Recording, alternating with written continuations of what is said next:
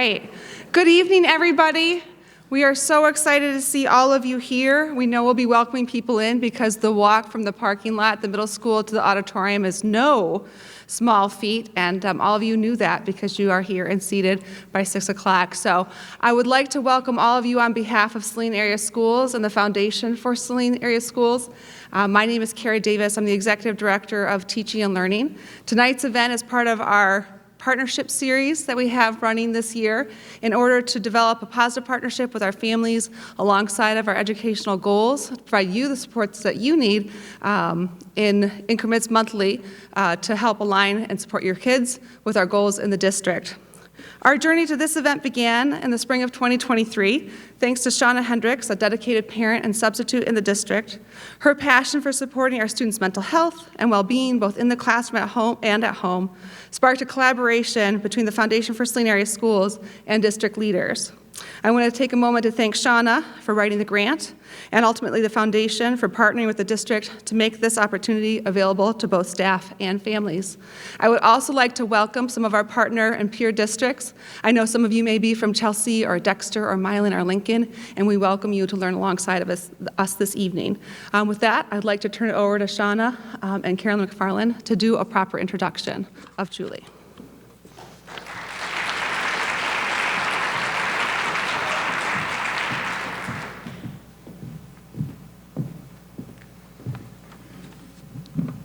Hello, my name is Shauna Hendricks.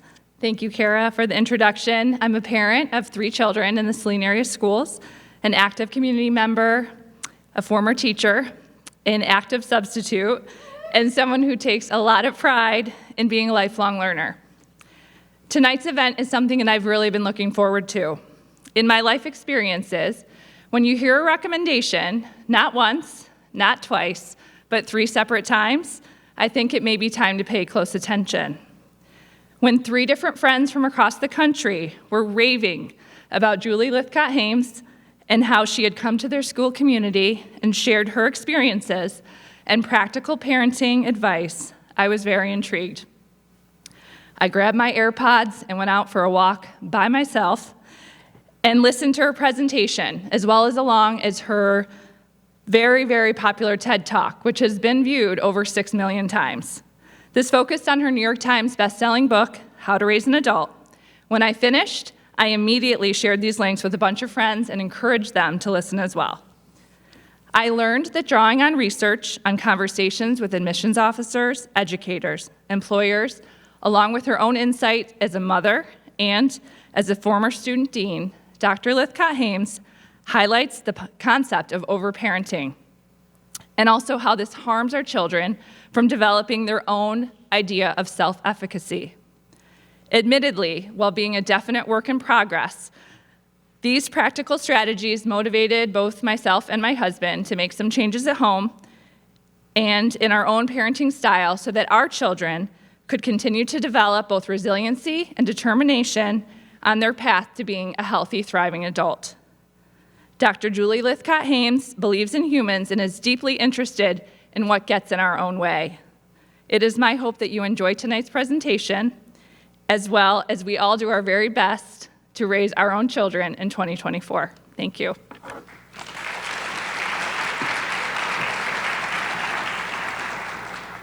feel like I'm talking to a big group of all my friends out there. So fun to see so many familiar faces. And for those of you who don't know me, I'm Carolyn McFarland. I'm the president of the Foundation for Saline Area Schools. And I've really been looking forward to this evening for a long time. Thanks again to Shauna, who initiated the idea of bringing Dr. Julie Lithcott-Hames to our community. The foundation is proud to partner with Saline Area Schools to make this night possible. Now about our amazing speaker. Julie was the dean of freshmen at Stanford University for 10 years. Her experiences with students and parents during that time led her to write her first book, How to Raise an Adult, which became a New York Times bestseller. She holds degrees from Stanford, Harvard Law, and California College of the Arts. How about that? Make you feel a little. She also serves on many nonprofit boards whose work focuses on equity, education, youth, wellness, and the arts. And most importantly for us tonight, Julie is a mother. She's focused on helping humans find their true north. Tonight, we are her focus. It is very much our pleasure to welcome Dr. Julie Lithcott-Hames to our community and hope you are able to gain some useful knowledge and tools to help strengthen your parenting journey. Julie will present for approximately 1 hour, followed by a Q&A and book signing, and there are books here tonight for sale by our local fine print bookstore. So we hope you enjoy this evening, and welcome, Julie.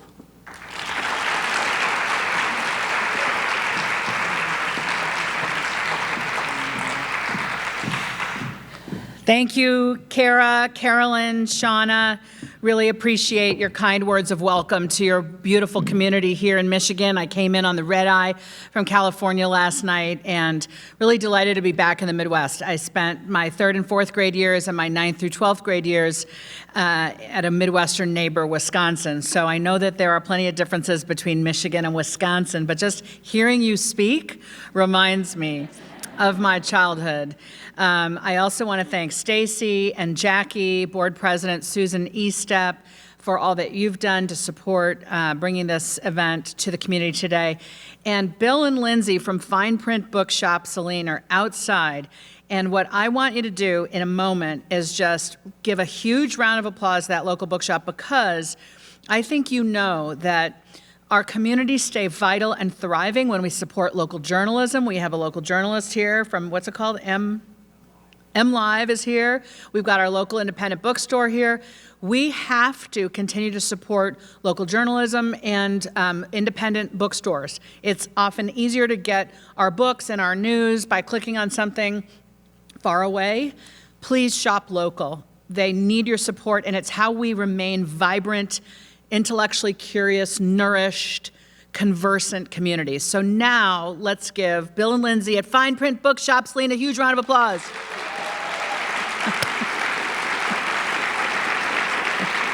All right, good. Thank you. I don't think they get enough shout outs, so I make this a point wherever I go. All right, I want to also acknowledge that our country, our world is going through so much right now, and people over time have said that before, and it is also true about now. There is hate and fear and uncertainty and distrust and a brokenness.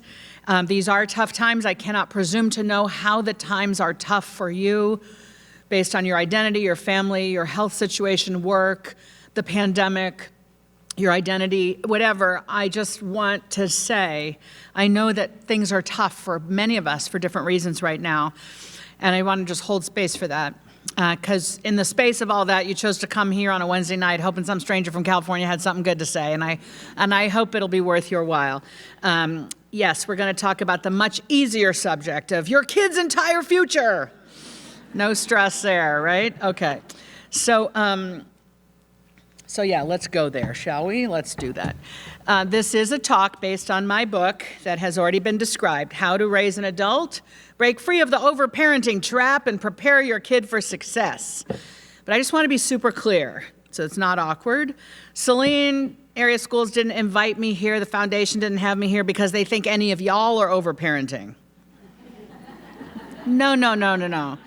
Tonight, we're going to talk about what other people are doing wrong and what they should do differently, so you can get out there in the community and help the other parents be better parents. How does that sound? Right? Whew. Y'all, you know I'm joking. It is entirely about you. In fact, to be honest, I did ask the district to survey all the kids about how they were being raised. I said to, ask the kids, like, who's got parents forcing you toward a particular college or career, which you're pretty sure is not necessarily right for you. Maybe you have the parents who act like they love you more when you're getting the top grades and scores, and they love you less when you're not. I said, check the box if you're that kid. Check the box if you have that parent who's so worried, so anxious, constantly needs to know where you are every minute of the day, constantly watching you like you're a prisoner. Check the box. And who has the parent who is just constantly doing stuff for you, like rescuing you with forgotten homework, lunch, sporting equipment, instrument, and who more than that acts like they have to ask you about your homework because otherwise you wouldn't do it. Have you started your homework? When are you starting your homework? 5 minutes later. Have you started your homework? Here, let me start your homework for you, I mean, nobody here at Saline, but people near here are doing their kids' homework. So anyway, we divided all your kids up into these groups. So if you just bear with me, I'm going to read off your names, and we're just going to split up into the corner, and you're going to go, to the corner that most describes you, and you're going to sit in a circle with each other and be super vulnerable about why you're parenting in these ways. And some of you are all, wait, what corner do I stand in? I'm an overachiever, and I'm doing all of the things Julie described. And some of you are like turning to your neighbor, wait, what did she say? I was too busy checking Power School and wasn't listening. I continue to joke. Relax. We did not do this with your kids. I know someone's going to be like, tell the local newspaper, Julie surveyed our kids without our permission. This is a joke. I did not survey your children. Your name is not on a list. And that's because, y'all, it doesn't need to be. All kidding aside, you will know in your spirit as I continue to talk whether any of this that I have to say applies to you. So my simple ask of you is that you pay attention to what comes up for you as I talk with you tonight. And if your spirit, your inner self, whatever you think of as that sort of truth teller within you is going, oh my gosh, she's talking about me. First of all, don't get mad at me because I do not know you and I do not have a video camera on you and your family.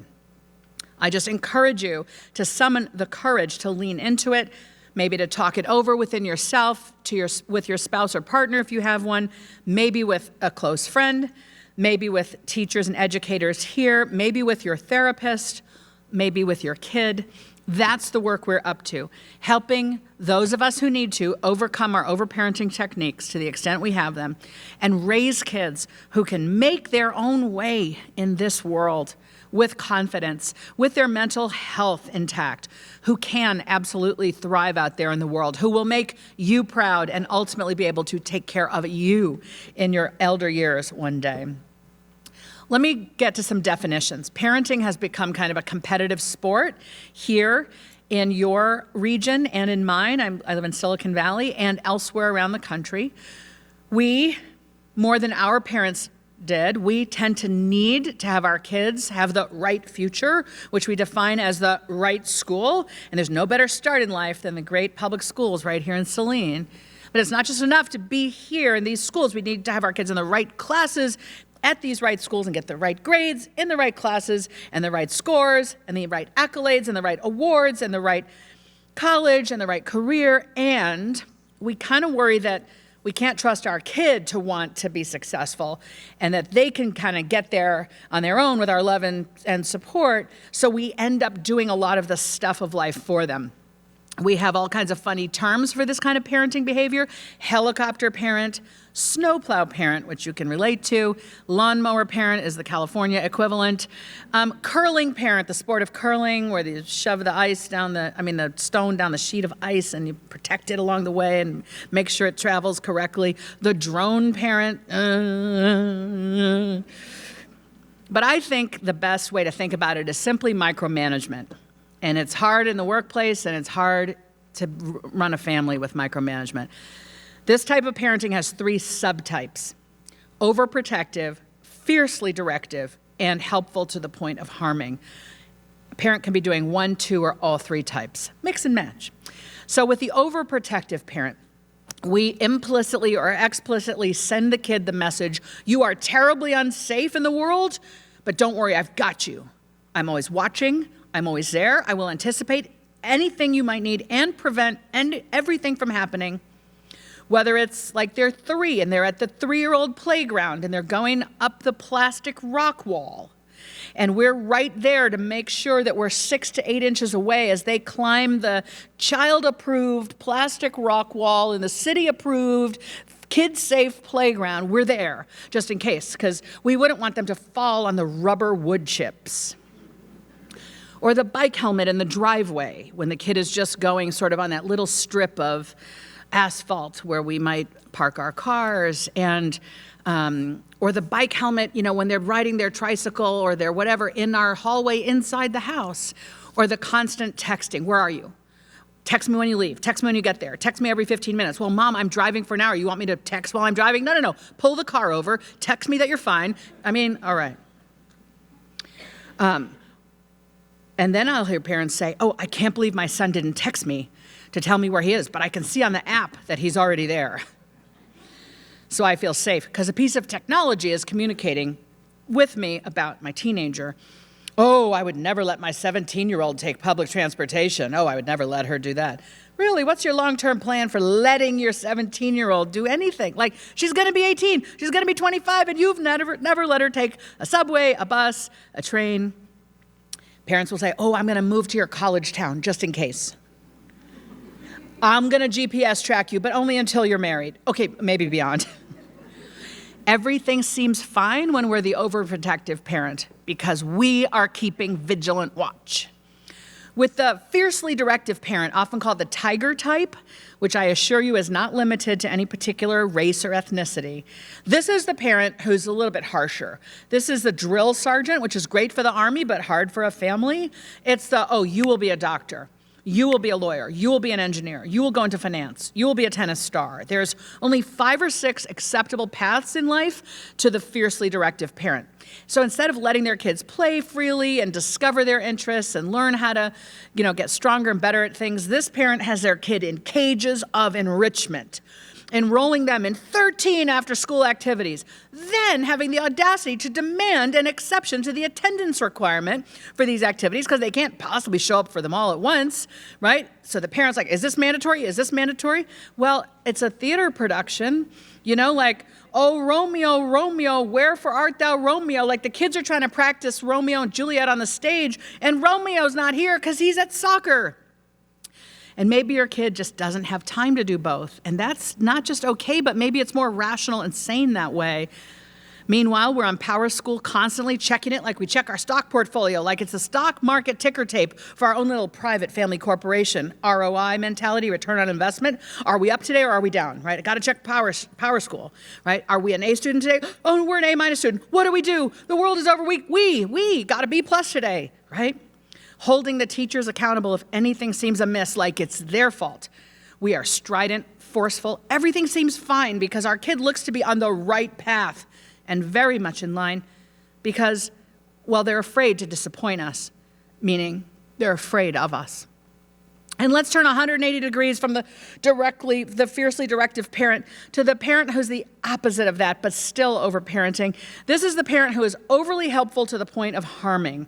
In contrast to the fiercely directive, this parent is the BFF, the concierge, the handler, the fixer. How can I make your childhood more pleasant, honey?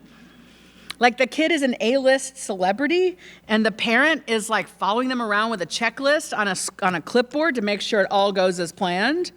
Bringing forgotten lunch, backpack, equipment, coat, water bottle, reminding them of deadlines, prodding them to do their tasks, sometimes becoming the nag with the reminders, the constant questions, the fixer with all the solutions when anything is up.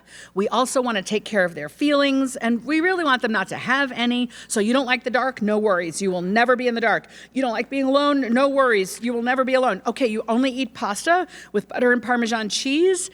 Okay, I will always make sure you have it.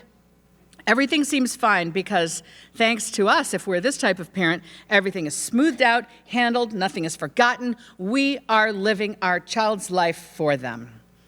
When we overprotect, fiercely direct, or are helpful to the point of harming, our kids look fine.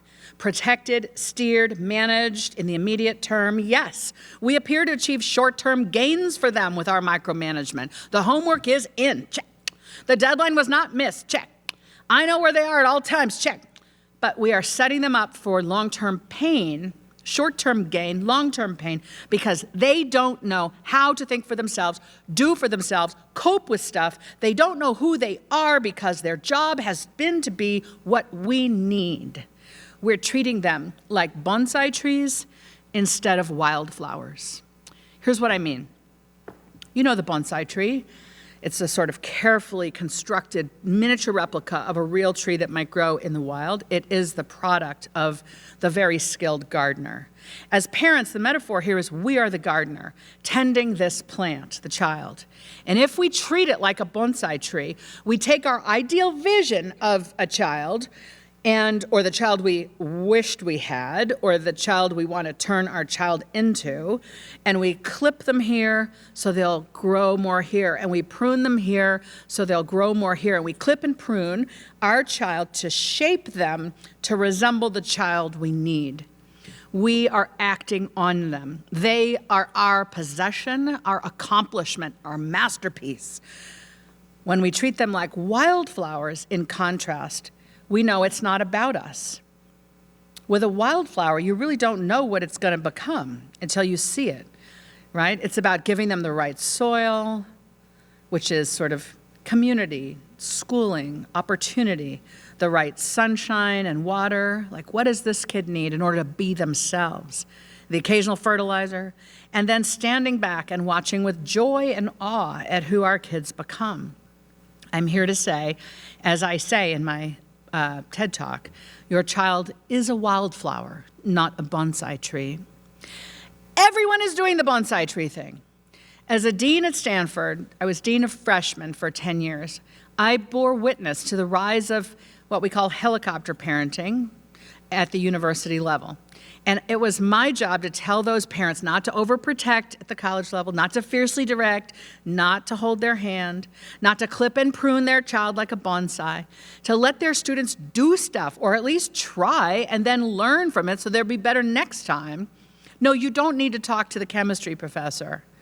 Sir, ma'am, parent, keep paying the bills, but please don't talk to the, yeah. You don't need to fix the flat tire. They can figure that out. You don't need to get involved in a roommate dispute. No, you do not need an orientation session when your child studies abroad. I mean, as a Gen Xer, I was abroad before my parents knew I was out of the country, right? Let's just do a level set here, okay? How are we going to be successful in Berlin if we don't have a parent orientation session? Well, you're not going to Berlin. Okay.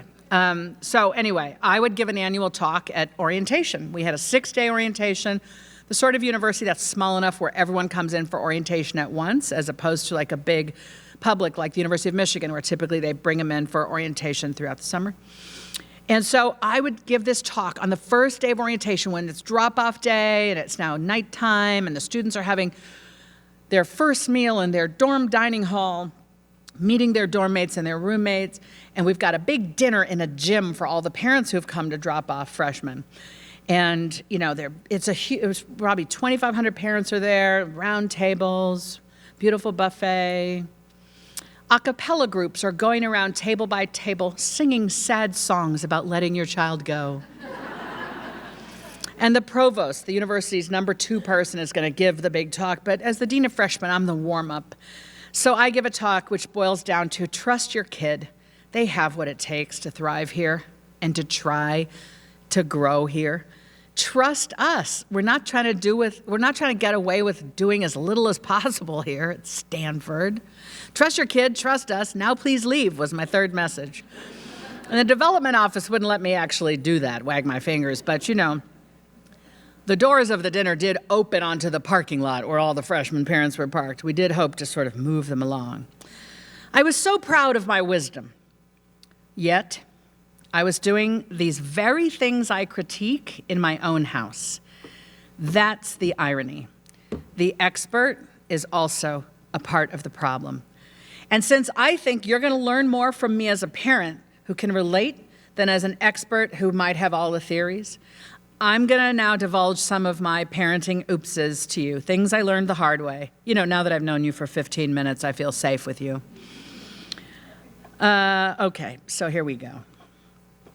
I've got 2 kids, Sawyer and Avery. Sawyer's my 24-year-old son. Avery's my 22-year-old daughter. When Sawyer was born in 1999, I had a C-section, so I was in the hospital for 5 days. And so they let me out after 5 days. They wheeled me in a wheelchair to the car. My partner, Dan, has our baby Sawyer on his shoulder. And, you know, I ease my C-section stapled together self into the back of the car and strap myself in. Dan gently puts Sawyer in the infant car seat. Remember the infant car seat with all the straps? It was like 5 straps in 1999. It's probably 11 straps now. And Dan gets in the front and turns on the car seatbelt and slowly eases the car out of the hospital parking lot. It was Stanford Hospital. I mean, I thought it couldn't hurt. You can picture the essay. I drew my first breath on the Stanford campus, and now I'd like to draw every breath on the Stanford campus. Dan eases the car onto the street, which becomes this big street, which becomes a highway home to San Carlos, about 20 minutes north, but it takes us longer because infant on board. And when Dan finally gets to our driveway, he pulls in and turns off the car, unbuckles, proceeds to come around and get Sawyer. I say, Dan, actually, don't get Sawyer. We actually I need you to get something from the house. There's that stack of papers in my office, and about 2/3 of the way down the stack, Dan, is an application to Bing Nursery School, the best nursery school, Stanford's nursery school, where the faculty who study infant and early childhood development are looking through those one-way mirrors at the small children and their parents and writing up studies that the kids are told are games. Like, this is the nursery school you want your kids to get their rightful start in life at, and I'd had the form for 2.5 years, but it took Sawyer a little while to get here. And Bing won't let you apply when your child is only in your mind. So I said, get the form, Dan. It's already filled out. We just need to put in his name, his birth date, and get back in the car, drive back down to Stanford. Because, y'all, he was already 5 days old. I didn't want to ruin his future by getting the application in late. Well, Sawyer got into Bing. Thank you. And his baby sister got into Bing 2 years later, Avery. And one day when Avery was 4, it was my day for pickup. I had a busy full-time job as the dean of freshmen at Stanford, but I had negotiated a flex schedule on Wednesday afternoons, home with the kids, come back into the office after dinner, and stay late at night every Wednesday. Some of you know a similar dance. So it's my day for pickup. I'm always late. I'm the late parent. Any of y'all the late parents? Oh, you're here. Congratulations. That's good. Okay. So I'm like, oh, shoot, I'm late. I look at my watch. I stop a meeting. I got to get my kid. Like, I race over to the parking garage that has my car, drive the car over to the side of campus that has the Bing Nursery School. Thank goodness I find a parking spot, slam the door, race up to the front. Please don't let me be last. Please don't let me be last. The teacher stops me at the door. Julie, nursery school voice, Julie, how are you? And I'm thinking, I'm stressed out of my mind. But you don't admit that to the teacher. I said, great. How are you? She said, great. Do you have time to look at what Avery did in nursery school today? And I said to myself, no, I don't have time. I'm going to be late. I'm late for her. I'm going to be late for Sawyer. But you don't admit that. I said, sure. So I walked in, saw my baby girl. I'm not last, thank goodness. My 4-year-old, I hug her, I kiss her. And together we walk over to the table in the corner where Avery's artwork from that day. And I realized I did not bring the facsimile with me from California, so we're just gonna have to pretend. Well, I'm just gonna pretend. All right, so in the corner on a table is Avery's artwork. And it's like 10 small watercolors this big, okay, like this size canvases, and Avery has made 10 watercolors. And the teacher is trying to tell me, Julie, I didn't want to just pack up Avery's art into her backpack without really drawing your attention to how your daughter makes use of the canvas. She said, we've been teaching children aged 2 to 5 for 35 years. We are best in class at this. We know young children. And the way your daughter expresses herself on the canvas is quite mature. We just don't see it in kids this young very often. And we want you to know. Implicit, we want you to care. Well, I'm smiling and nodding and oohing and awing and trying to act like I care. But inside, I'm like, okay, fine. But it's just art. That's not going to get her in to the University of Michigan or Stanford.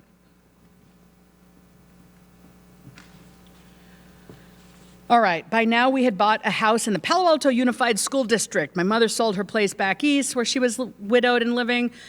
We sold our little place in San Carlos, and now we've bought one truly tear-down house with my mother's assets and mine and Dan's. We've bought one house with the assets of 2, a truly damaged house in Palo Alto that nobody else wanted, in order to get our kids into the right school district.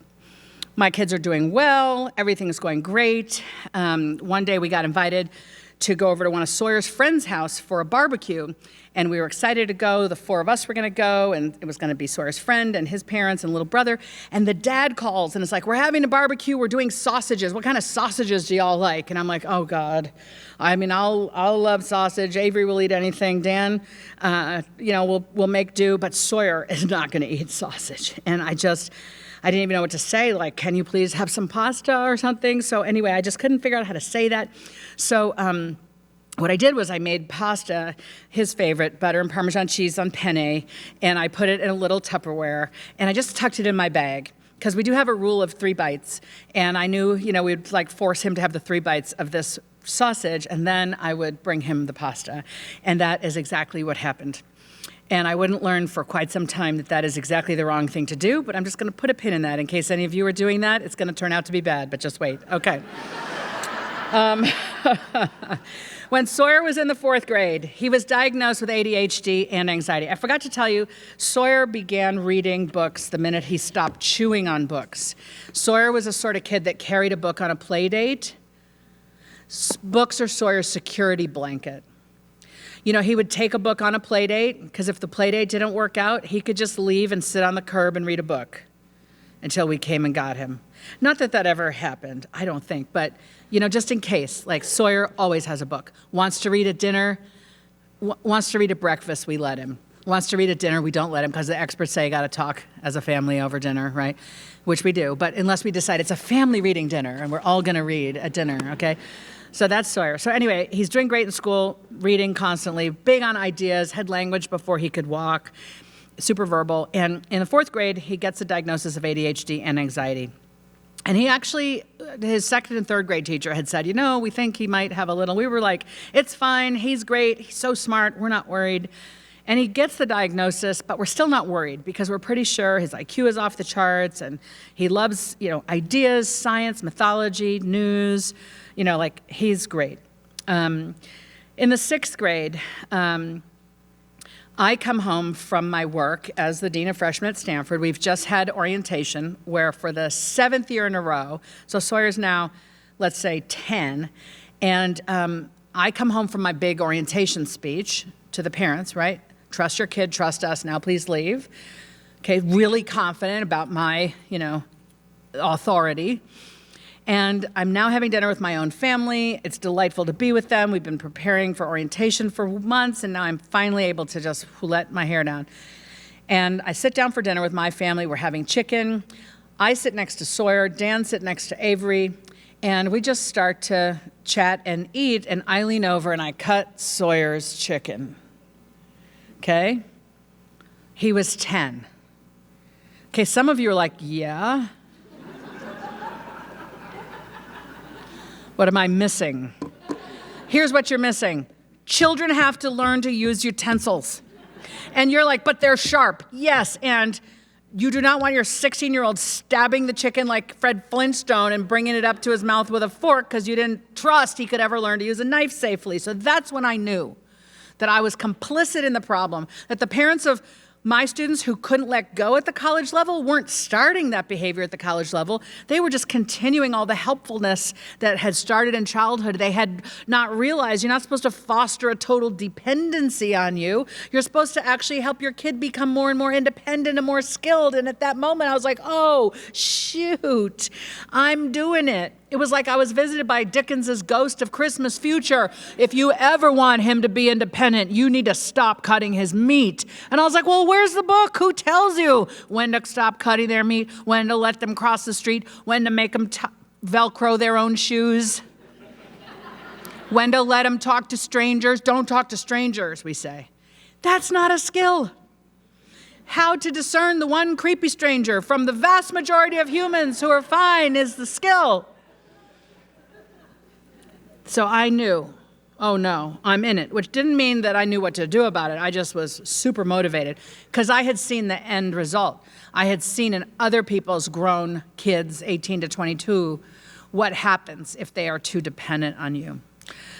All right, some of you right now are like, oh no, okay? And you're gonna pull out your phone in a way that I can't see, and you're gonna surreptitiously text your 11-year-old, you're gonna cut your own food tomorrow night, buddy.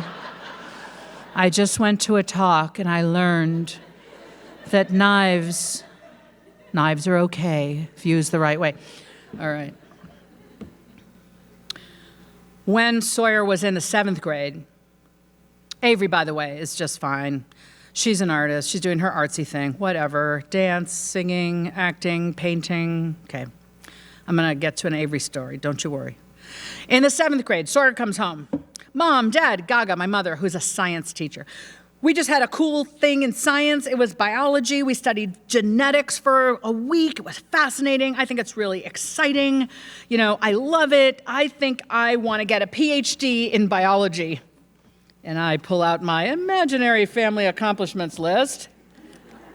Imaginary. Sawyer, PhD, biology, right? He said, I think I might want to get a Nobel Prize. I think I'm going to go for a Nobel Prize in biology. I'm like, excellent. I mean, unlike your sister, the artist, an award-winning natural scientist, I can really get excited about that. And I put down Sawyer Nobel Prize 2047. No, he's so gifted, 2039. When Avery was 10 and in about the 5th grade, so roughly this time, I'm still the dean of freshmen, and I have office hours every Friday afternoon. I end the week, I always did as an administrator, end the week with students. So just half-hour slots, come and meet with me between 12 and 5. So in walks this 20-year-old sophomore named Faith. It's right about now, early February of her sophomore year. I had not known her prior to this meeting. She dressed up in a suit, a blue suit for this meeting, like she was, had serious things on her mind. So we're just chit-chatting, getting to know each other. And my favorite question to ask my students, particularly getting to know them for the first time or meeting them at the intersection of like, I don't know what to do with my life. And I'd be like, okay, kid, I would say, who are you? Who are you? What do you know to be true about yourself so far? Like, what are you good at? And what do you love? And what do you think you might want to make of this one wild and precious life? And here I'm quoting the late poet Mary Oliver in a poem that uses that line. So Faith goes, well, I'm pre-med. Did you see my shoulders go up and down? She goes, watch my shoulders. She goes, well, I'm pre-med. And I said, you are? She goes, yeah. And I said, what's that about? She says, well, my parents are both doctors. I'm the oldest of 3. They expect us all to be doctors, so I'm pre-med. And I was like, let's go. What would you do with this life if it was up to you? She said, I'm pre-med. And I was like, okay. Well, if other people controlling your life telling you what to do with it isn't why you made an appointment to meet with me today, Faith. Why did you want to meet? How can I help? She said, well, it's just kind of a lot sometimes. You see, they choose every class, on the pre-med curriculum, and if I have room for an elective, I'm allowed to give them a list of things I'd like to take, but they have veto authority over any of my choices. And this summer, they think it's important that I work at a medical clinic. They say when I apply to med school one day, it'll be super important to have worked in a clinic while I'm an undergrad. And they say this is the summer. But I just think I need a little bit of a break. And I said, yeah, Faith, sounds like it. So let me revise my question. I said to her, what would you do this summer if it was just up to you? And she said, I think I'd like to work with rescue animals. And there was so much doubt in her voice. So I said, terrific. I'm sure there are plenty of opportunities for you to do that here in the Bay Area, or maybe back home where you live in the Midwest. Faith, what would it take to broach the subject with your folks, that maybe you will be the decider, you'll be the one to determine how you spend your time and put forth your hard effort this summer? And at this, Faith's eyes filled with tears, the thought of talking to her folks. So I softened my edge, my attitude, my voice, and leaned forward and I said, Faith, how are you? She said, I have a 4.0 of perfect grade point average at Stanford. Do you think that's what I was asking, Faith? Say it. No. I was asking, are you all right? I was signaling, I care. I was even trying to signal, I'm concerned. But you see, at this point in Faith's life, as a 20-year-old sophomore at a highly selective university, Faith was pretty sure how she was doing, how she was as a person, was her GPA. I have a 4.0 equals I'm great. So I put on my growth mindset hat, a concept labeled and pioneered by my colleague Carol Dweck at Stanford. Growth mindset over fixed mindset. Praise effort, not outcome. I was like, wow, Faith, you must be working incredibly hard to have a 4.0 here, particularly in the pre-med curriculum. Most people don't have that. You ought to feel proud of yourself, kid, and rightfully so. And at this, Faith just shrugged her shoulders again and said, I just hope as long as I do as my parents say, that maybe then they'll go easier on my little brother and sister. And y'all, at this point, I knew I was sitting with a grown-up version of Avery. I realized that day that one day my daughter would be on a campus, maybe mine, maybe the big one down the street from here, like one of the best schools, some school. My daughter would be in college, I expected, and maybe she'd be having questions about what to do for the summer, what to major in, what to do with her life, and she'd go meet with the people entrusted to give a darn about her, and in getting to know her, they would say, hey kid, who are you? What do you know to be true about yourself so far? What are you good at? What do you love? What do you think you might want to make of this one wild and precious life? And I realized that day that my incredible daughter would say, I was good at art. But my parents wouldn't take it seriously. And I came home that day vowing to be a better parent to my baby girl. And it would not be that easy. I had just had my wake-up moment, or the first of many. Back to Sawyer in the 10th grade. He is at the Wright Public High School, Henry M. Gunn, one of the best public high schools in the land. We bought this house here so our kids could go there. And Sawyer is there. He continues to thrive in science and every other way. He's in the 10th grade. He's 15. It's the fall. Okay, he's got algebra, Spanish 3, honors chemistry, said to be one of the hardest classes in the school. Algebra 2 trig fast lane, designed to lead to the right calculus, designed to lead to the intergalactic math in college. Honors English, honors history, like I don't remember. You get the point. My kid, right school, right classes, doing very well. There's only one problem, 5 hours of homework, which seemed like a lot to me. He was only a sophomore. I mean, I know junior year is supposed to be hell. Junior year, we've all agreed, oh, the colleges need them to do this and that. Junior year, they never get any sleep. We're all complicit in that, at least in my town we are. But this was only fall of sophomore year, and I hadn't bargained for 5 hours of homework for this child who has ADHD and a little bit of growing anxiety at this point. So Dan and I are worried, like Sawyer, for whom school has always been an intellectual playground, Sawyer has 5 hours of homework. Sawyer, who wants to read after school on a very extended snack and does, and then turns to his homework. Then we have dinner, goes back to his homework. He's going to bed at like midnight. He does no sports, no activities. He reads, that's what I'm trying to tell you. And he's a good boy. And he does his schoolwork. So we notice after a week of this, like, boy, Sawyer is going to bed late, and he seems really stressed out. And we talked to him that first weekend. How's it going, son? Maybe give you some advice about how to stack the Tetris problem of homework more effectively. So it's maybe 4 hours instead of 5, or maybe even 3.5, which would feel reasonable. But nothing seems to help. Into the second week, this goes into the second weekend. I'm noticing Sawyer doesn't carry a book around under his arm anymore. And I cannot impress upon you that this is how my son walks through the world, okay? So he doesn't seem to have time for pleasure reading, and he's doing homework still now on the weekends, and he's coming to breakfast, and his eyes are red, like he's not getting enough sleep, and we're trying to give him advice, and we're trying to, just sort of help him navigate the system, thinking it's the system. It's not him, it's that he can navigate the system. And into the third week this goes, into the fourth week. It's now November of his sophomore year, and our school district that had had a suicide cluster of teenagers in 08-09, 5 kids ended their life at the train.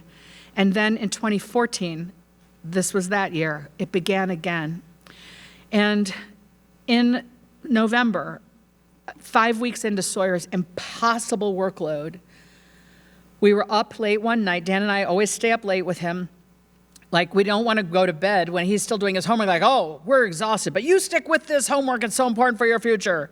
So we try to stay up and stay near and help him bounce on the ball that'll help him with his ADHD, or give him a piece of dark chocolate, or just some little poke him with a pencil to yes, you can focus. Not knowing what the hell we were doing.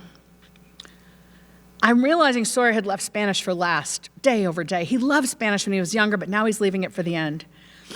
And it's 11:30 this particular night. I'm at the kitchen sink, fake doing dishes. The dishes are done. Dinner was 4 hours ago, right? 3 hours ago, okay? But I'm just splashing around like I'm here, I'm near. He's at the desktop computer in the kitchen. Okay, I can see over his shoulder the desktop screen. His is back to me. And I can see to my horror, my son's not only doing Spanish last, he's not even doing it. Google Translate is doing it. Sawyer puts in the English, it tells him the Spanish, he writes it down. My son is cheating. Now, when I tell this story to high schoolers, they're like, that's not cheating, lady. That's how we do. And I'm like, okay, but I'm pretty sure his neural pathways were not rewiring themselves with an understanding of the Spanish, or put differently, when Google Translate is not there for the final exam, my kid's gonna be hosed. I go to Dan, what are we gonna do? Sawyer's cheating. Look what he's feeling the need to do to get the right grade in Spanish tomorrow. He's not learning. Our kid, do we need to let him drop a class? Well, I don't think I need to underscore this, but just in case, my kid was not the kid who was ever gonna need to drop a class, okay? I did not expect my kid to have any struggles. But now I'm worried about my kid in the larger context of what my community struggles with in terms of youth mental health and stress and pressure. And so Dan and I agree, we'll ask Sawyer, does he need to drop a class? And we decide I'll be the one to ask. So by now, Sawyer has come and kissed us goodnight, which is such a loving and sweet ritual, I realize, for a teenage son. And I go up the stairs to find Sawyer in his bedroom. The door is shut. It's midnight. I knock on the door. And he says, come in. And even though he was 15, y'all, he was still sleeping in a Harry Potter-themed loft that Dan built for him when he was 7 or 8. And he's in the loft. And the books are everywhere, and the Elder Wand, and the cloak for Gryffindor. Like, the whole place looks like, a Gryffindor study room. And I climb the ladder to the loft, and I look down at my firstborn. And I say, sweetheart, Dad and I are so impressed with how hard you're working, and you're doing so very well. I forgot to mention that. He's still doing well academically. But we wonder if it might not be a bit much, honey. I mean, you don't even have time to carry a book around anymore, and I'm not sure I know who you are if you don't have a book under your arm, Soy. Do you think you might need to drop a class? And Sawyer looks into the first eyes he ever trusted, mine. And he said, can I? Don't y'all want me to do all of this, Mom? Don't I have to? Isn't it what'll make you proud? Well, you know what was going through my head. We bought this house here so you could go to this school and take all of these classes and do very, very well. But I didn't say that. I looked down at him. I said, sweetheart, in some theoretical universe, we wanted you to have access to all of the opportunity this school provides. But more than any of that, what matters is you. And you're struggling. You might even be suffering a little. Do you think you might need to drop a class, son? And Sawyer's eyes brightened halfway. He came halfway back, and he said, Mom, I'll think about it. Well, the next day, Sawyer came down for breakfast with a book under his arm, which I took as a really good sign, and he said, Mom, I think I might need to drop a class, and I think it might need to be Spanish. And I was like, yeah, son, I thought the Spanish might be part of the problem here, but I was stopped cutting his meat by now, so I wasn't going to be the one to handle this. So I just helped him think through how he would go have the very predictably difficult conversation with his guidance counselor, who did end up saying, oh, you can't drop Spanish. Why? The one-word answer to everything in high school, college. The colleges want to see it, therefore you have to do it. My son said, I'm pretty sure colleges want to see language proficiency, and I bet I won't impress them with the D I'm likely to get on the final. And if I drop a class, I can focus on the honors chemistry, which I love, and the algebra 2 trig, and the fancy English, and the fancy history, and the other classes. And Sawyer dropped Spanish, and we got Sawyer back. It wouldn't be that simple, but it was progress. You know, Sawyer's Nobel Prize wasn't going to get itself, so I knew, like Faith's parents knew, that he ought to work in a lab that summer. Any summer in high school, I kept saying, Sawyer, isn't it time to work in a bio lab? I mean, I work at a university with friends who are bio profs. I could just write one of them. Do you have room for a high school student, smart and hardworking? My son in your lab? Thanks, Mom. I really love working with kids at this summer camp here in town. Summer after summer, he just kept working at this summer camp. When it was time for him to go to college, thanks to the internet, we found a list of where do PhDs in the natural sciences get their start. The internet will tell you. The top 10 places that send the most people to get PhDs in the natural sciences, big, well-known universities and small liberal arts colleges like Oberlin, Swarthmore, Kalamazoo, Carleton, Reed. So I took Sawyer to visit a lot of these places, and when we were visiting Swarthmore, he was an upper-level microbiology class. I knew he would be capable of meeting with the professor after and asking some really smart questions, but he was falling asleep in the lecture, so I started prodding him with the pencil I brought, not the pointy end, the eraser end, but still just like, I'm embarrassed. My brilliant son is falling asleep in this college class that I brought him to, and the prof, I'm pretty sure, is looking at me like, why is there a parent here in this class? Well, Sawyer was admitted to about half the places he applied to, denied by some, because he dropped Spanish. But then he wouldn't decide. He had so much anxiety about the process, he just would not make the decision. And he was able to tell me and Dan finally that he had a lot of anxiety about the process and that he thought the source of his anxiety was us.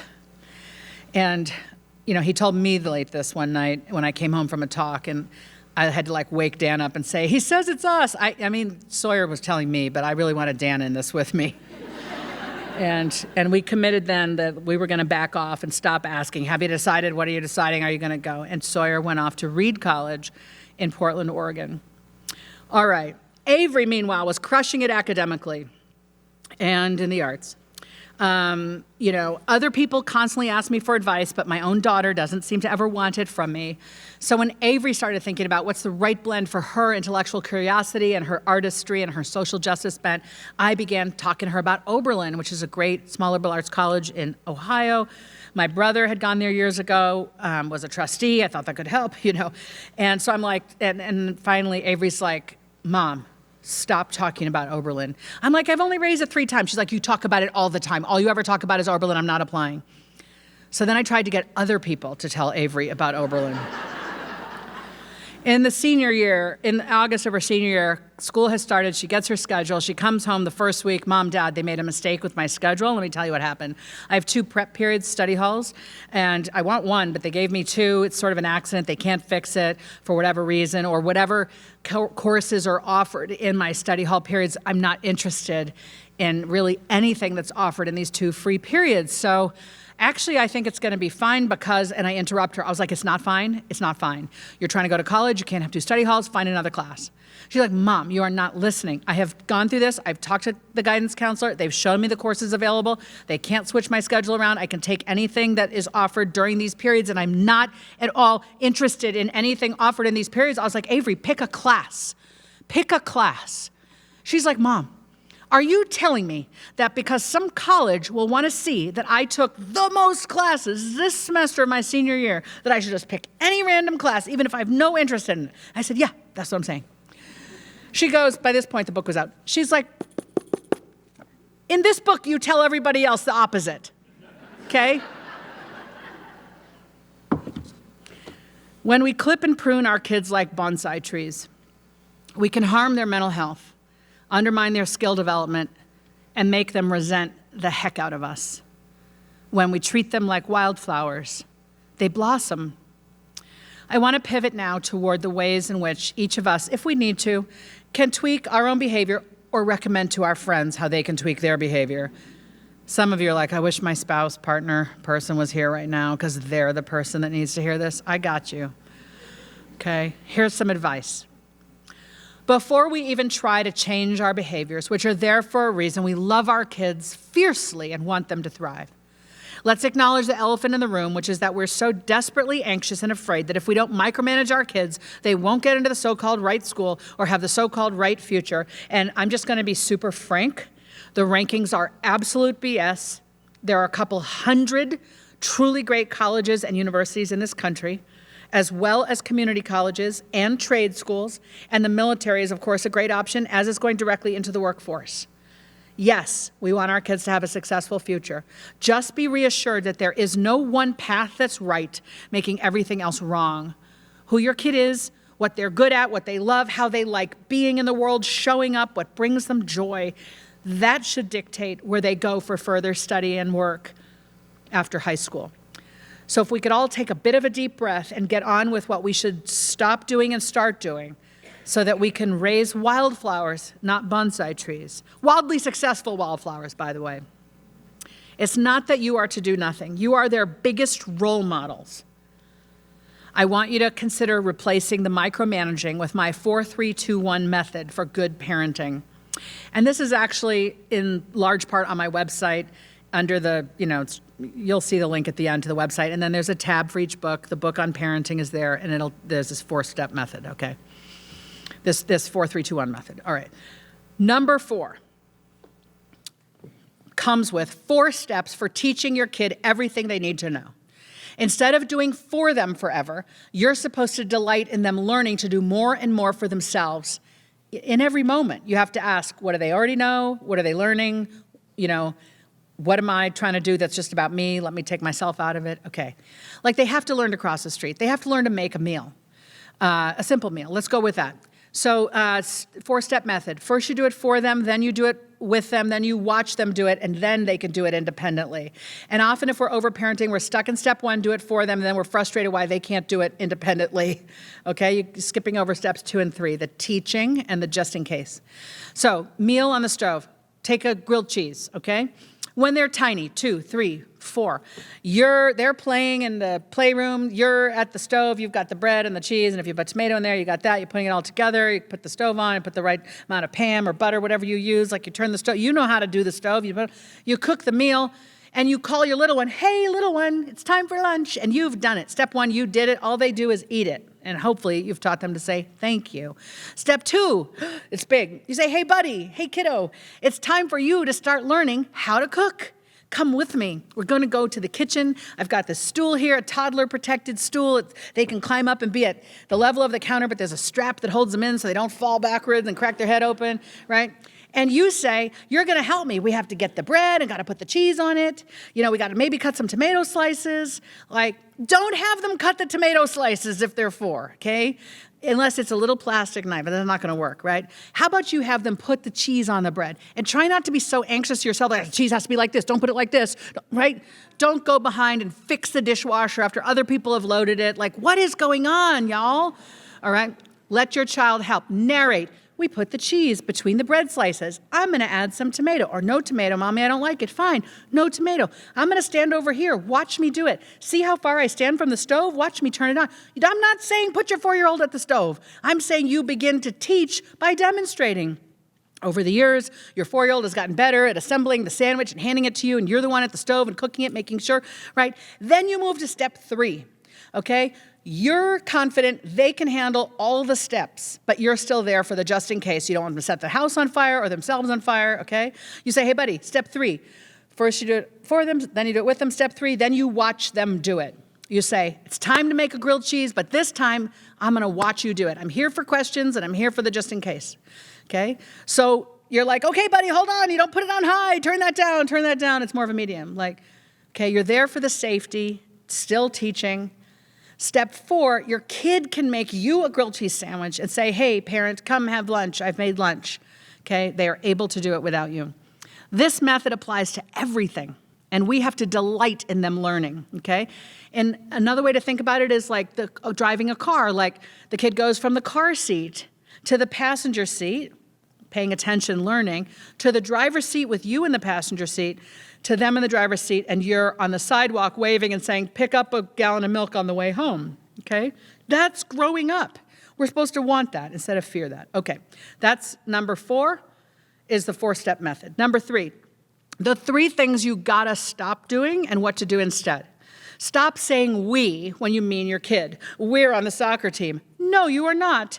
You just try to run up and down the field 3 times, and you'll know that you're not on the soccer team. Okay? My daughter, my son, my child, okay? Deeper than this, stop acting like every little situation in their life is yours to solve because you think it's our problem. We left our backpack at school. No, they did. Their backpack, okay? Instead of swooping in and solving, you should empathize and empower. Empathy is, oh, buddy, that sounds frustrating. I'm so sorry. I hate it when I forget things. Are you all right? Empathy, kindness. And then you say, how do you think you're going to handle it? And they're going to say, what are you talking about? Go get it for me. You always, no, I went to this talk. This lady taught me. No, you say, actually, honey, it's your responsibility. And I've realized the only way I can teach you to get better at remembering it is to let you figure out what to do. And figuring out what to do might be only apologizing to the teacher, the kid apologizing the next day to the teacher, I forgot my backpack, so I didn't get my homework. Or maybe the kid is writing an email to the teacher just to let you know I left my backpack. I'm very sorry. I'm going to try to remember. Okay? Or the kid calls up a friend. I didn't get the assignment. Can you tell me I left it at, like you're trying to empower your kid to be the main operator in their life. Okay? And sometimes when things go wrong, your kid just wants to vent and wants to know that their struggle and their frustration is okay. So when they call with examples, when they call with, I've got, like Avery did, she called me from college and she was like, during the pandemic, she's like, Mom, Dad, it's the second week of sophomore year. She's living off campus in a pandemic. She's like, my internet isn't hooked up yet, so I don't have a printer. I have a paper due. I can't find my landlord. The rent is due, and I have to register my scooter at the DMV in North Carolina.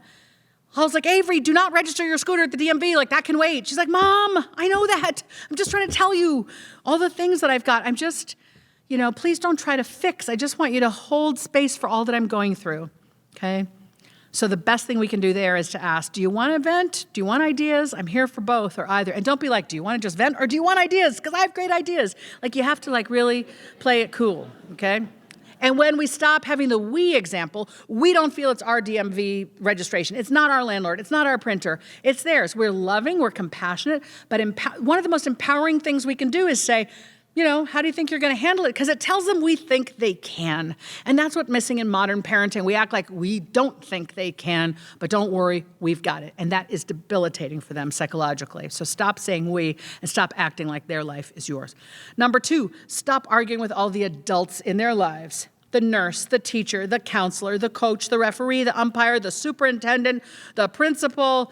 Reassure your kid that they can go talk to that adult tomorrow and talk it through and figure some things out. You have them at Celine for the amazing adults who have chosen to work here. Stop firing off every email that excoriates the teacher or the other adult who is hearing not just from you, but from every other parent, by the way, every single day. It's getting to be overwhelming. Every school district tells me this. Teach your kid to process what they experience, sit with their discomfort a little bit. It's okay, not everything always goes our way. You're going to be all right. Then advise them on how to go back in the next day. And don't lawyer your kid up, we'll send you to school tomorrow with your lawyer and he'll do all the talking for you. No, that's usually not the right approach. And you're empowering your kid on how to work with their teacher on learning and growing through the thing, whatever it was. What goes along with this is you have to learn to be okay with their discomfort. Normal childhood issues, let them share, empathize, and empower. Don't turn it into a full-blown thing. Remember when I told you about the pasta in the bag? There's this terribly wonderful article in The Atlantic from 4 years ago called Anxiety in Children, cover story. Long article, because The Atlantic, it's going to be 25 pages long. And it came, and it was the pandemic, and I read it, and I felt like they had a video camera on our family because they gave the example of when your kid only seems to eat certain things, not with an allergy, but just a preference, and we accommodate that, it can turn a natural sensitivity or fear into a full-blown anxiety. This guy, Ellie Leibovitz at Yale, is an expert on childhood anxiety and the role our behavior can play in turning it up or dialing it down. So when a kid is afraid of the dark, and we're like, don't worry, you'll never have to be in the dark. Kid can't be alone. Don't worry, you'll never be alone, buddy. In this article, they described this mother of a 3 or 4-year-old who loved Lego and was playing in the unfinished basement with his Lego and was really into it and clearly some big thing underway. And she had to use the restroom. She had to pee. But she was pretty clear she couldn't take her, call him 4-year-old, away from his Lego because he would probably scream. And he didn't like to be alone. So she searched around for a bucket in the unfinished basement and went to the bathroom in the bucket.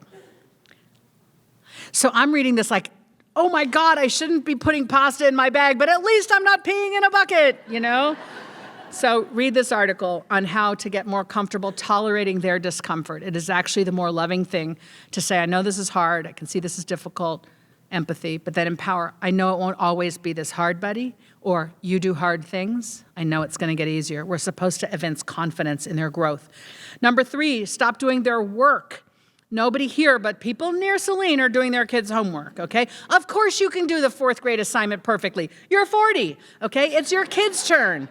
And all they learn by you doing it is, my parent thinks I'm not good enough to be a 4th grader or a 7th grader or whatever it may be. To succeed at this pullback, you have to stop expecting perfection at every turn and adopt a growth mindset for your kids and yourself, because all of us are here to learn and grow. I even encourage you to embrace what I call life's beautiful F words: failure, fumbling, falling, floundering, flailing. Experiencing all this stuff is how we learn to be better, stronger, use better judgment, work better next time. That is how you grew to be capable and resilient. Don't deprive your kid of learning the life lessons that teach them how to succeed in life, the same lessons you learned. And what goes along with this, stop doing their work, is stop obsessively checking Power School. And I just want to be sure you know, they can tell how often you check. You know that, right? Did you know that? Some of you are like, oh God. They can tell. They can run reports and see just who's the heavy hitters on Power, like how many people are on there 10 times a day? Oh, 10 times, 50 times, 100 times a day. I know some people in therapy because they're obsessed with checking the school's portal, okay? Why are you so anxious? What are you so afraid of? Let's figure that out rather than have you be, the most Power School checker person at the school. Okay. All right. Number 2, we did 4, the 4 steps, 3, the 3 things to stop doing. Number 2, the 2 things that matter most: chores and love. I also cover this in my TED Talk. Chores build a work ethic. Chores build a sense of belonging to family. Many of us did chores as kids, but now we're more successful, or it's a more modern world, and we're like, I don't need my kid to do chores. I just want their childhood to be easy. And you're depriving them of developing the work ethic that will make them useful in the workplace.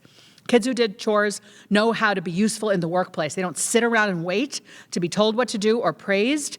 They're like, how can I help? Can I fix it? How can I help us get ahead? What is needed, right? You're trying to develop that work ethic in your kid. And it gives a tremendous sense of belonging to the family. And then love is the other thing. And of course you love your kid, but what does unconditional love look like? Unconditional love means you love them no matter what.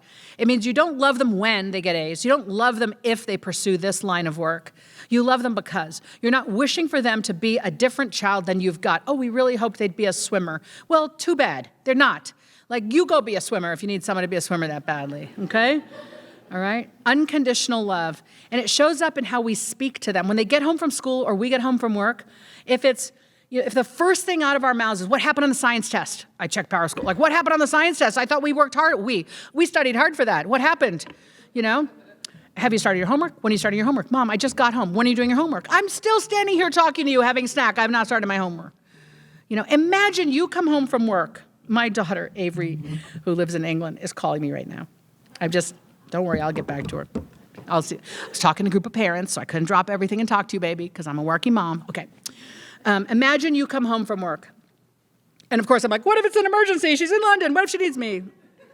I cannot solve my daughter's emergency from here. You're watching me practice, okay? Thank you. All right, so imagine you come home from work, hard day at work, and you're finally at home with the people you love, and you've barely thrown your bag, your backpack, your briefcase, your purse to the ground and gotten the beverage of your choice in your hand, and the people who love you the most, your family, say, how was work today? Was it better than yesterday? You know that meeting we helped you prepare for? Were you good at it or not?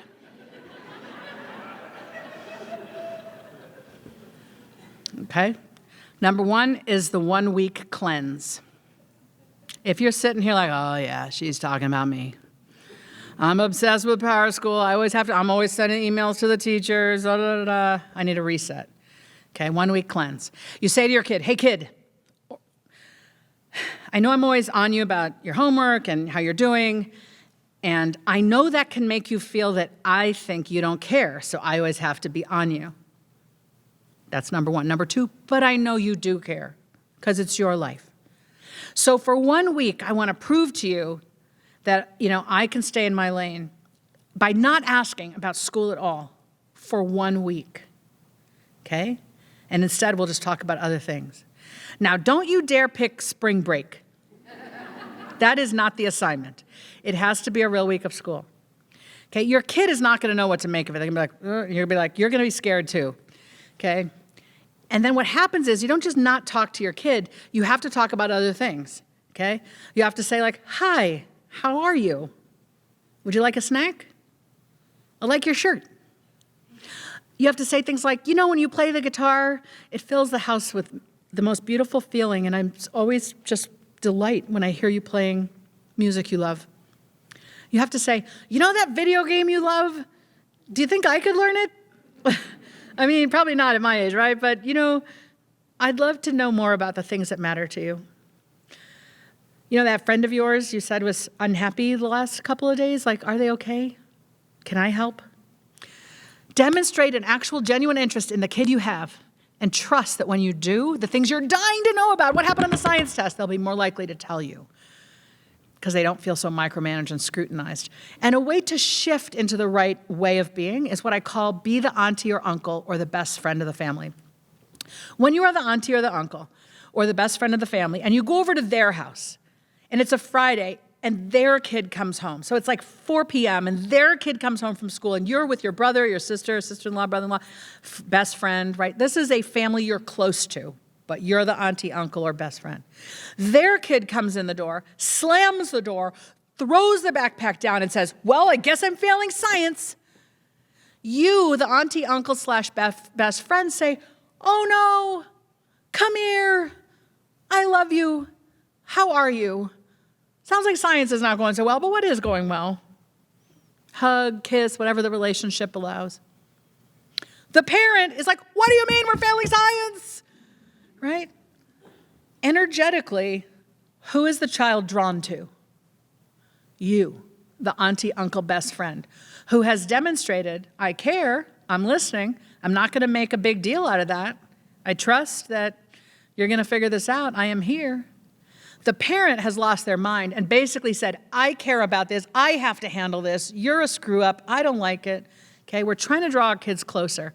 And the auntie-uncle energy is the one I want you to go with. All right, so I'm ending my remarks. I'm leaving for California. I want you to look around and look who's here tonight. I want you to ask yourself and your friends and your partner and whomever's here, like, who in this community wants to raise wildflowers instead of bonsai trees? I want you to read the book. I want you to talk to the teachers and administrators here. I want you to have a discussion over coffee about what we can do here in Saline to restore a healthy childhood to our children and a happier adulthood to ourselves. Like maybe stop rescuing all the time with the forgotten thing and maybe understand where the line is on what's helpful parental behavior in schooling and what crosses the line, okay? Stop doing kids' homework, things like that.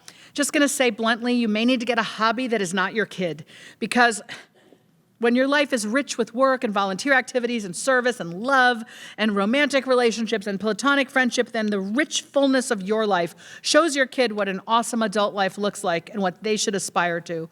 And also when you're busy with these other things, it gives your kid room and time away from you so they can have the autonomy to do stuff and learn and grow from what they do and ultimately succeed. This boils down to get a life and your kid can get one too. And if this is hard, if you are squirming, if you feel that you'll be missing out, even losing your role, your purpose, if you're no longer micromanaging your kid's life, that is what therapy is for. I should know. Go.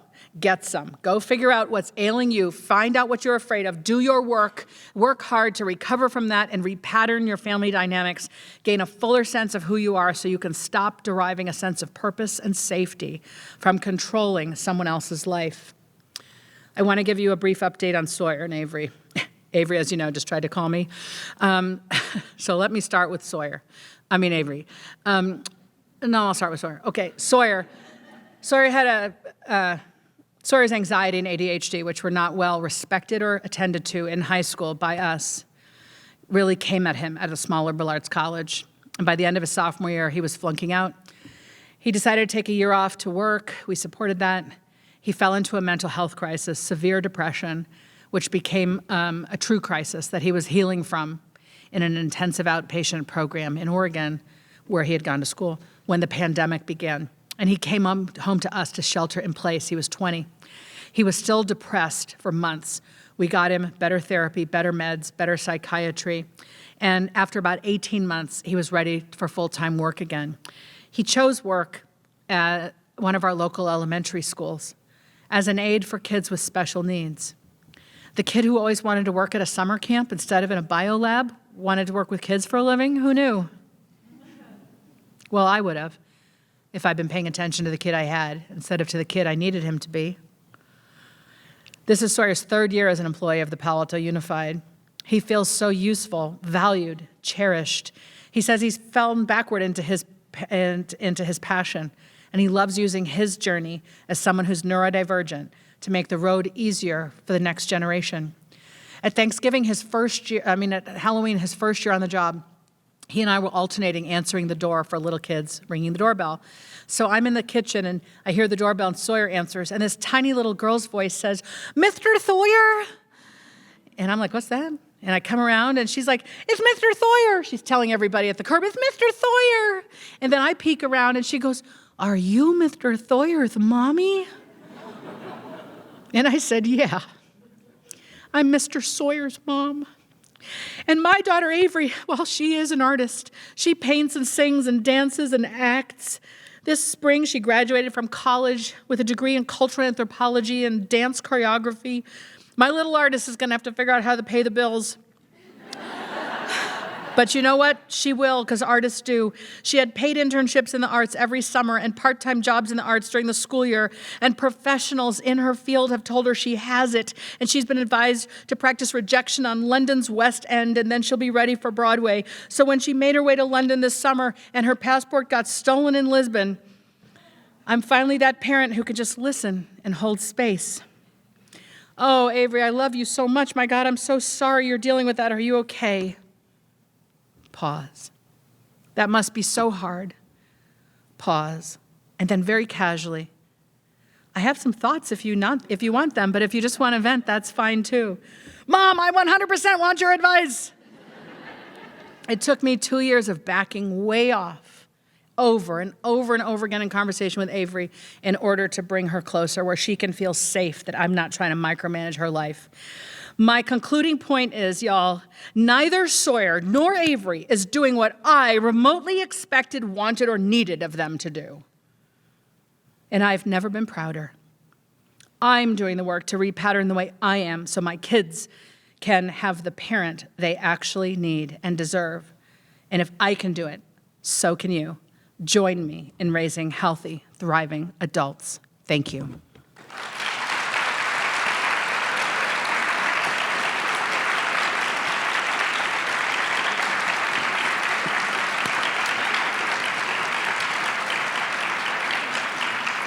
We've got a slide that's going to go up where you can see how to stay in touch with me. And I'd be delighted to take your questions. We'll have about 10 minutes for questions. Feel free to phrase it as a hypothetical if you don't want to out yourself. Do you want to call on people, or let's get hands up? Anyone?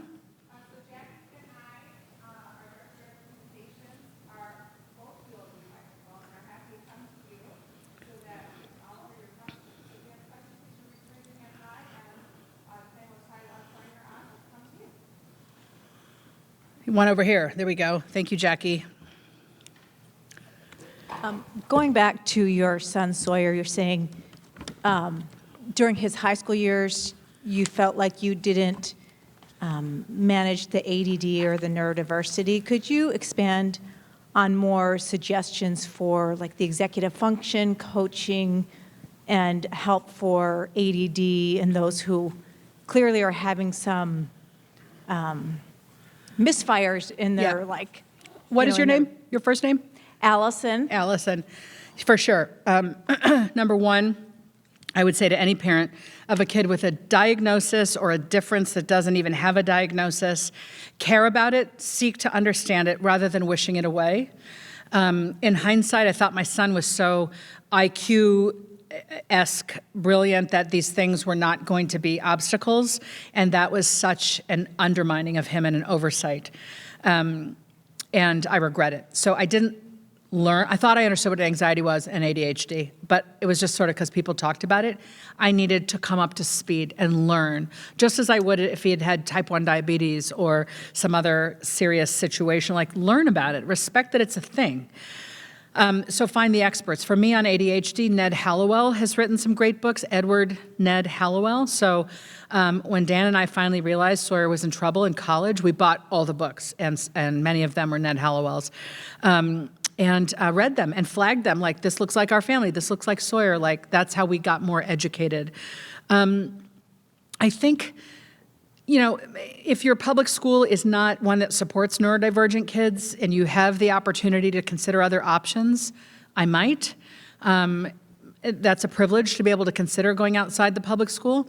I would also, hope that in this public school community, it is one where neurodivergent kids can get the resources and supports they need, and you can certainly ask for that and seek to work within the system for what your kid needs to be able to learn and thrive.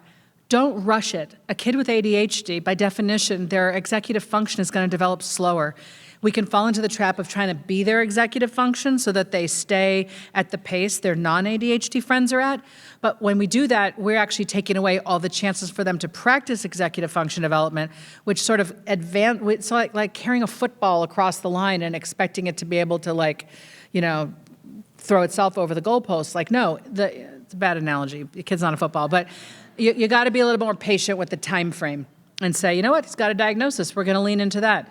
We're not worried about the other stuff. We're not stressed. Everyone else stressed about SAT, ACT. No, we're going to support our neurodivergent kid in being loved and supported in developing into, a highly skilled person in their own time. Sawyer and I did a powerful podcast episode. I don't have the link to it handy, but if you Google my name, Julie Lithcott-Hames, and The Climb, it's called like The Climb, a mother-son journey. You'll hear 23-year-old Sawyer and his mom talking about his journey. He said things on that podcast I never knew, like how it felt to be walking through water all his life until he finally started on some meds for his ADHD, when it was like, I'm not walking through water anymore. Is this whatever it's like for everyone else? I'm just walking through air.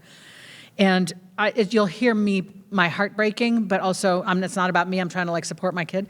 It's very raw and very good. And Sawyer loves using his journey to help others. So check out that podcast. Check out Ned Hallowell's books if you don't know them already. Work within your own school system and go outside of it if you have to center the kid you've got and support them in being who they are. Next question. Thank you, Allison. Here we go.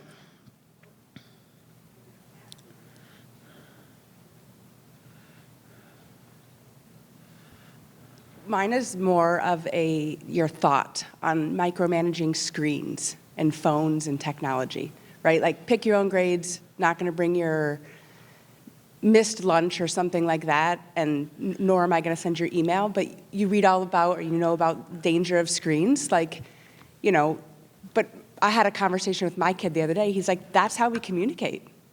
So not a question about, I guess, what are your thoughts on if you say don't micromanage, but are they old enough to be like, hey, the phone's yours, have at it? Right. Your name, please? Katie. Katie. Thanks, Katie. Let's not ever forget we're the parents. We're supposed to be setting rules and expectations, not micromanaging them to be a brain surgeon because we need that, but teaching them to work hard, teaching them to self-regulate, teaching them to be good and kind to others, teaching them about balance, teaching them they can't always have their way. And so this is where you have every right to say, at this age and stage, you don't have a phone. At this age and stage, you'll get a phone. At this is the amount of time you're allowed to be on it. I understand your whole social life is there, but we're also having family dinner right now. We're going to be a family that has no technology at dinner, none of us, because we're going to teach you how to have communication with humans about issues of the day, what's going well, what's not. We have to teach them through our mores as a family to crave interaction that isn't just online. Many of them began life in a pandemic with iPads, and they don't know how.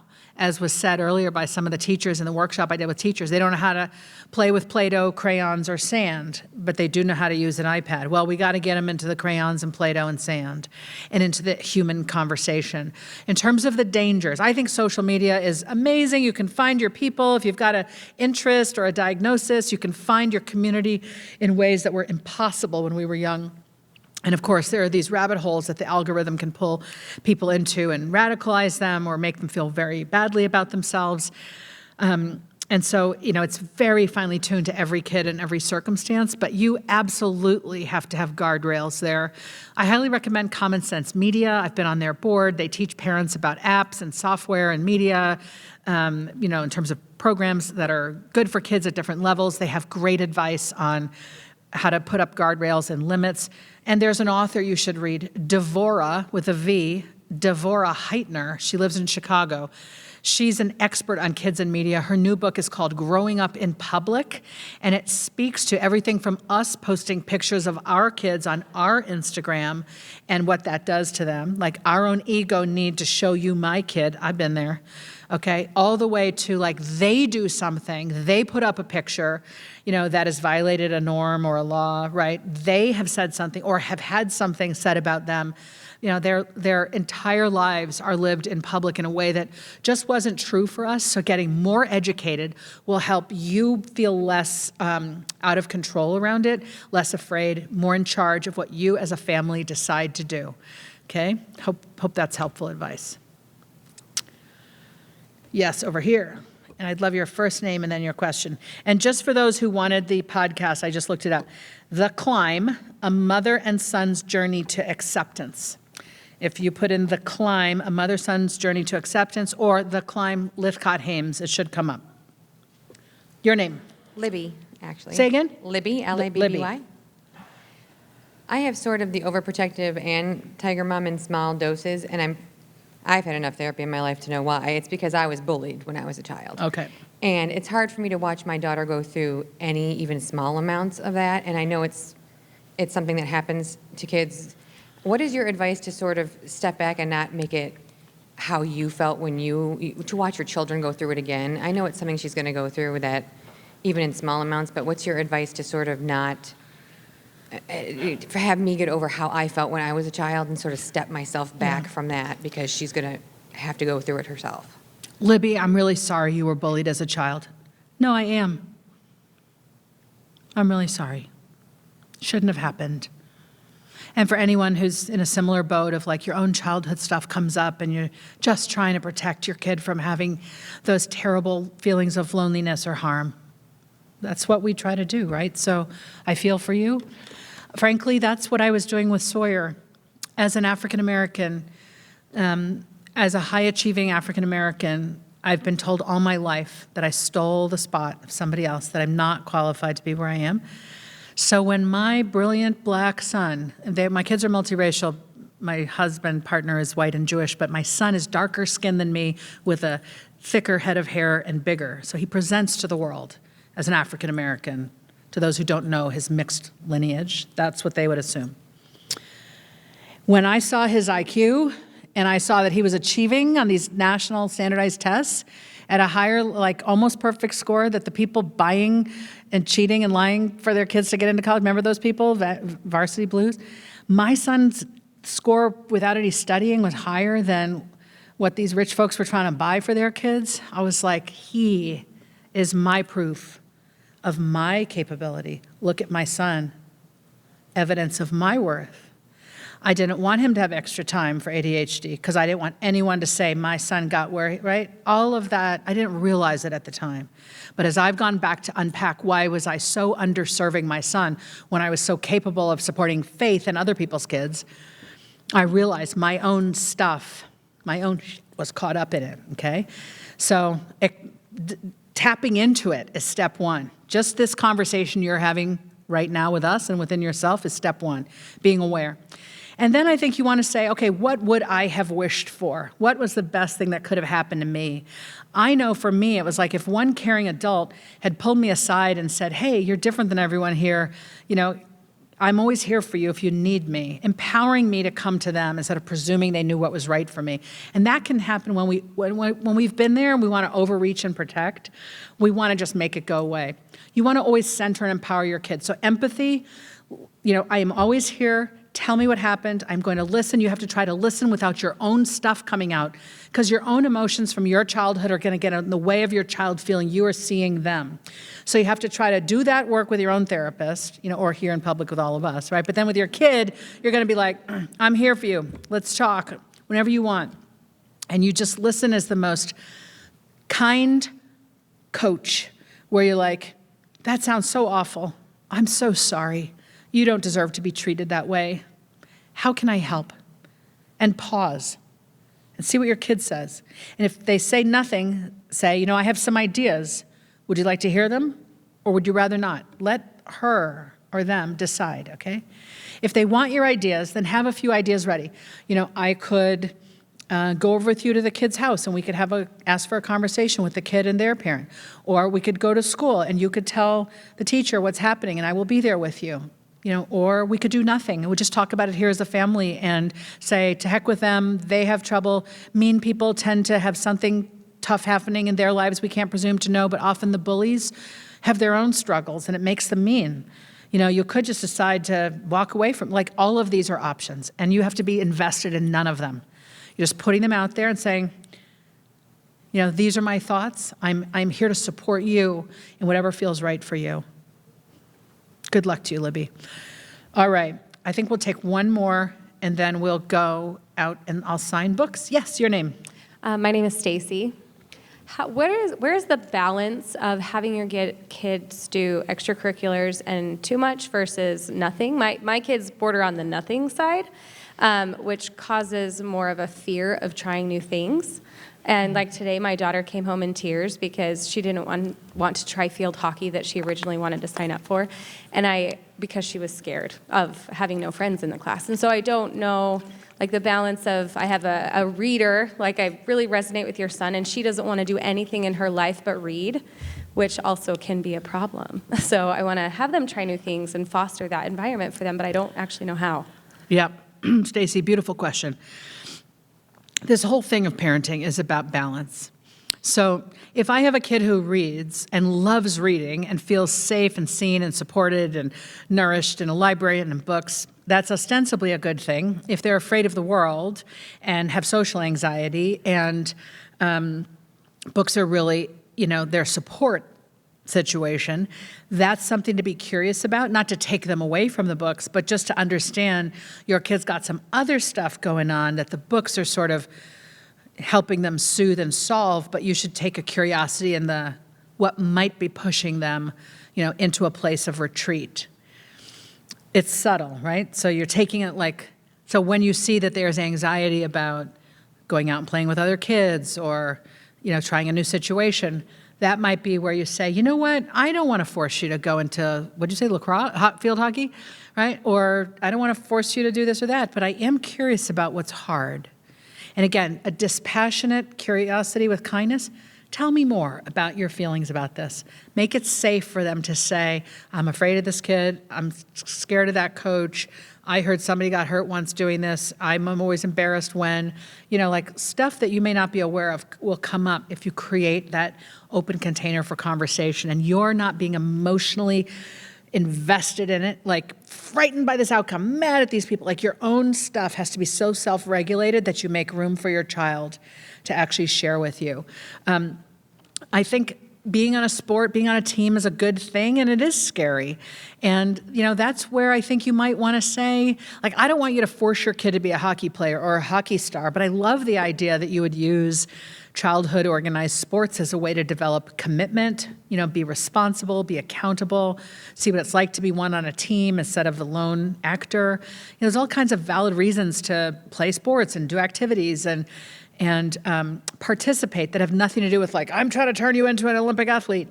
And, a kid who has the aptitude and talent and personal interest in being an Olympic athlete, great, fan those flames. Just don't be dragging your kid down the path toward your dreams, right? They're supposed to have their own.